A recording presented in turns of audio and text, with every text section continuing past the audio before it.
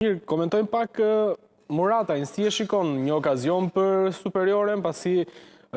pak më parë ka mbyllur edhe bashkëpunimin me ekipin e Flamurtarit, ishte në klub, ka marrë letrat tek ekipi vlonjat. Mua në fakt nuk është më pëlqen shumë rikthime, pjesa e rikthimeve. Pra një Murata i cili kthehet te Partizani do t'i nuk është si, sepse ka dhe diskutime tjera me burime pranë lojtarit më konfirmojnë që disa ekipe tjera të superiores kanë shfaqur interes, ka pasur edhe kontakte nga trajnerë. Nëse marrim për rastin që Murata do të zgjidhte Partizan apo do të kalonte te Partizani, në studien tim rikthime nuk janë fort të bukura, nëse ka ndodhur një histori nuk ka pse të ndodhi për herë dy, sidomos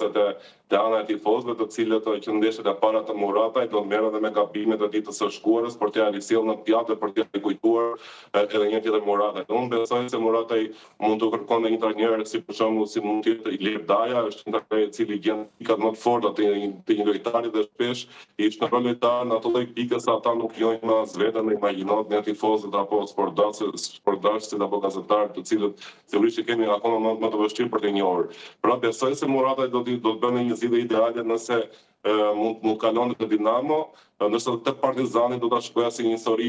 jo fort të bukur, sepse siç e thash më parë, historitë e rikthimeve nuk janë asnjëherë të mira dhe Partizani ka treguar edhe në të kaluarën edhe me trajnerët të cilët janë rikthyer dhe më pas janë penduar për atë veprim që kanë bërë, sepse çdo histori duhet kaluar një herë në jetë. E qartë, mirë, një koment për Superioren, si e pe rikthimin e Vllaznis në krye të kampionatit, Elbasani, i cili ngjitet në vendin e tretë, ngushton diferencën në vetëm 1 pikë, 38-39 tek Gnatja dhe Vllaznia me 39 krye.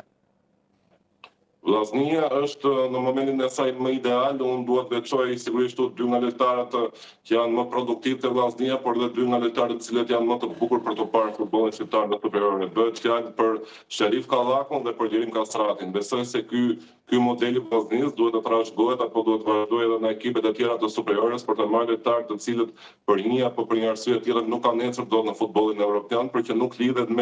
direkt me aftësitë e tyre, por që lidhet me menaxhimin e keq. Jerim Kastrati dhe Sherif Kallaku janë pikërisht dy raste në fjalë, nuk i ka munguar asnjë nga cilësitë, mund të ishin akoma në kampionatet më të rëndësishme në Europë, për shkak të gabimeve të tyre personale, nuk kanë mundur dot, janë bashkuar te Vllaznia dhe të dy janë duke luajtur në një nivel shumë të lartë. Pra është akoma më bukur kur ke dy lojtarë të tillë, sepse jam i sigurt se nëse Jerim Kastrati do të ishte pa Kallakun aty nuk do të ishte kaq dhe kundërta, dhe Kallaku pa Kastratin nuk do të jepte këtë lloj niveli. E kanë parë ndeshjen e fundit, kanë dhuruar spektakël që të dy këta lojtarë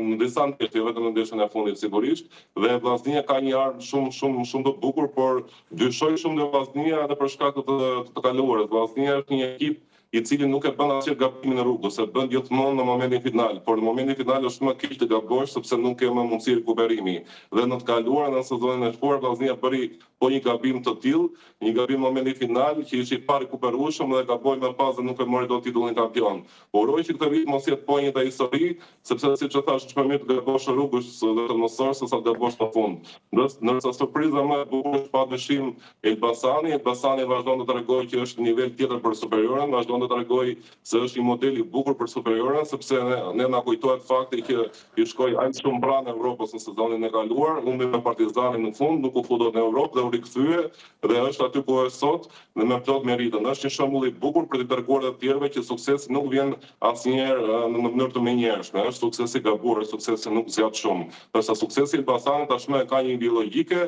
vjen, konkuron fort për Europën dhe tashmë e siguron Europën në një farë mënyrë, si mund ta themi, duke parë historinë e kampionatit, por po lufton direkt për titullin kampion. Kështu pa haruar pastaj Gnatën, e cila i ka dhënë tonusin në futbollit shqiptar në ato vitet e fundit, dhe një surprizë ndoshta jo fort e bukur është ajo e Dinamos, Ilir Daja është njeriu i cili gjithmonë uria i shtohet në momentin kur ka të vëmendjen maksimale. Ilir Daja gjithmonë dihet kur bëhet fjalë për ndeshjet e Europës, nuk dihet asnjëherë të kampionatit, janë ndeshjeve normale. Unë shumë ndeshje në ato normale të kampionatit kur vëmendja mediatike ndoshta nuk është maksimale e mundshme dhe kur bëhet fjalë për ndeshjet e Europës, tregon edhe një herë tjetër që është një nivel tjetër për kampionatin shqiptar.